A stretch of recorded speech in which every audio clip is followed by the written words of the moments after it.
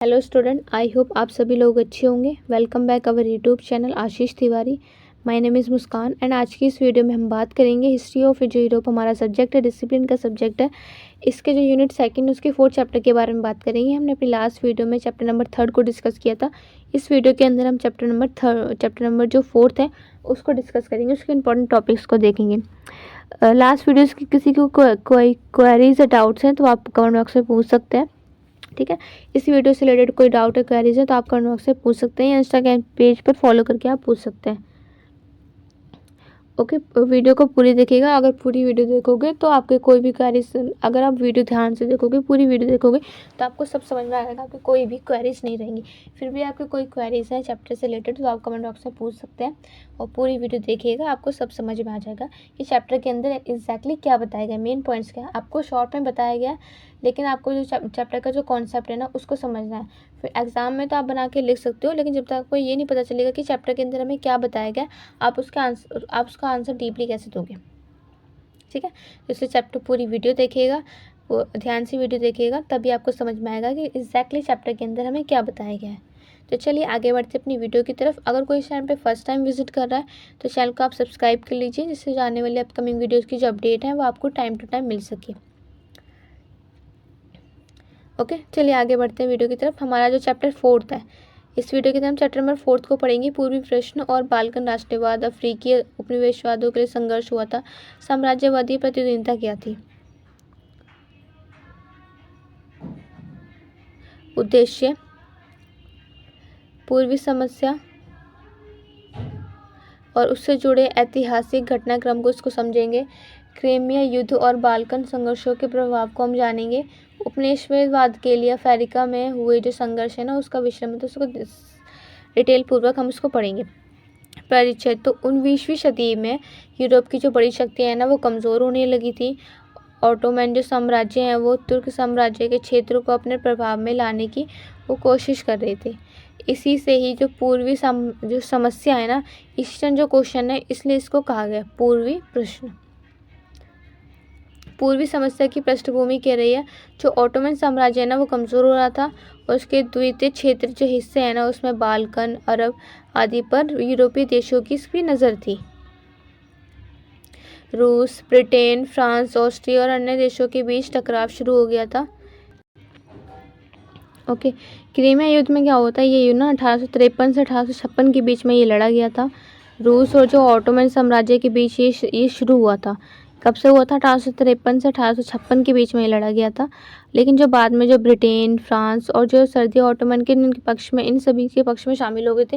ये मेनली जो युद्ध हुआ था ना, ये रूस और ऑटोमन के साम्राज्य के बीच में स्टार्ट हुआ था। 1853 से 1856 के बीच में लड़ा गया था। ये बाद में ये जो ब्रिटेन, फ्रांस और जो सर्दी ऑटोमन के ना, इन सब के पक्ष में ये शामिल हो गए थे। ठीक है, क्रीमिया युद्ध में क्या होता है, 1853 का क्या स्वरूप लेकर आया था। मुख्य जो युद्ध क्षेत्र में क्रीमिया प्रायद्वीप पर हुआ था। ये युद्ध आधुनिक तकनीकी, रेल, टेलीग्राफ और चिकित्सा सेवा, फ्लोरेंस नाइटिंगेल के लिए सब जाना जाता था। रूस को हार कर सामना करना पड़ा था।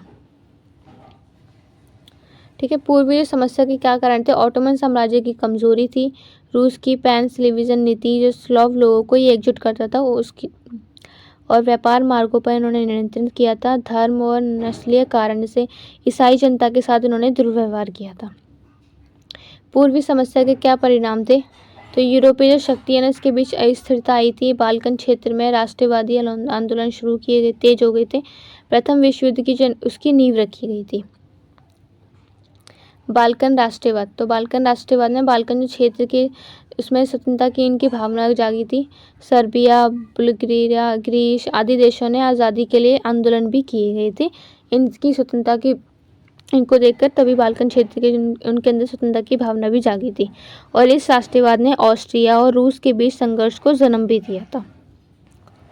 बाल्कन युद्ध, तो पहला जो बाल्कन युद्ध है ना 1912 में बाल्कन लीग बनाकर ऑटोमन साम्राज्य के खिलाफ ये युद्ध हुआ था। दूसरा जो बाल्कन युद्ध हुआ था ये 1913 में हुआ था। बाल्कन देशों में आपसी संघर्ष के कारण ये युद्ध हुआ था। परिणाम क्या हुआ था, इससे जो क्षेत्रीय असंतुलन और युद्ध की जो भावना है ना उसको बढ़ावा मिल गया था। अफ्रीकी उपनिवेशवाद के लिए संघर्ष, तो यूरोपीय देशों ने अफ्रीका को आपस में बांटने की कोशिश की गई थी। इससे अफ्रीका की दौड़ भी कहा गया इसको। इसके मुख्य कारण क्या हुए थे? जो कच्चा माल है, बाजार, श्रम और जो राजनीतिक, इन सबको प्रभुत्व मिला था।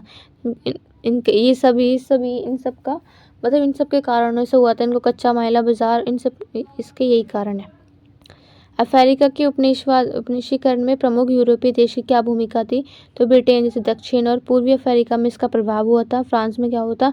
उत्तरी और पश्चिमी अफ्रीका में उपनिवेशवाद हुआ था। बेल्जियम में कांगो पर नियंत्रण किया गया था। और जर्मनी, पुर्तगाल और इटली, ये सभी शामिल थे इसके अंदर। निष्कर्ष। ओके, तो निष्कर्ष देख लेते हैं। तो पूर्वी जो समस्या है ना और अफ्रीका में उपनिवेशवाद में यूरोप की जो शक्तियां हैं उसके बीच प्रतिस्पर्धा को भी बढ़ाया गया था। बाल्कन अफ्रीका में नए संघर्ष के भविष्य का ना प्रथम विश्व युद्ध का इन्होंने रास्ता भी तैयार किया था। ठीक है, हमारा ये चैप्टर कंप्लीट होता है। किसी का डाउट है, क्वेरीज है तो वो आप कमेंट बॉक्स में पूछ सकते हैं या इंस्टाग्राम पेज पे फॉलो करके आप पूछ सकते हैं। ओके, इसकी पीडीएफ आपको हमारे टेलीग्राम चैनल पे मिल जाएगी, जिसकी लिंक डिस्क्रिप्शन बॉक्स में दे दी गई है। अगर किसी ने ज्वाइन नहीं किया है तो जाकर ज्वाइन कर लीजिए, क्योंकि आपको इंपॉर्टेंट क्वेश्चन की जो पीडीएफ होती है, ये चैप्टर्स की कोई पीडीएफ होती है, वो सारी आपको हमारे टेलीग्राम चैनल पे मिलेगी। और डेली अपडेट्स के लिए आप हमारा व्हाट्सएप चैनल ज्वाइन कर सकते हैं। ठीक है, कोई भी डाउट है, क्वेरीज हैं तो आप पूछ सकते हैं। वैसे चैप्टर आपको क्लियर समझ में आ जाएगा, पूरी वीडियो देखोगे तो आपको सब कुछ समझ में आ जाएगा। और फिर भी कोई डाउट है, क्वेरीज हैं तो आप पूछ सकते हैं कमेंट बॉक्स में। तो चलिए मिलते हैं वो हमारी नेक्स्ट वीडियो में। Thank you for watching.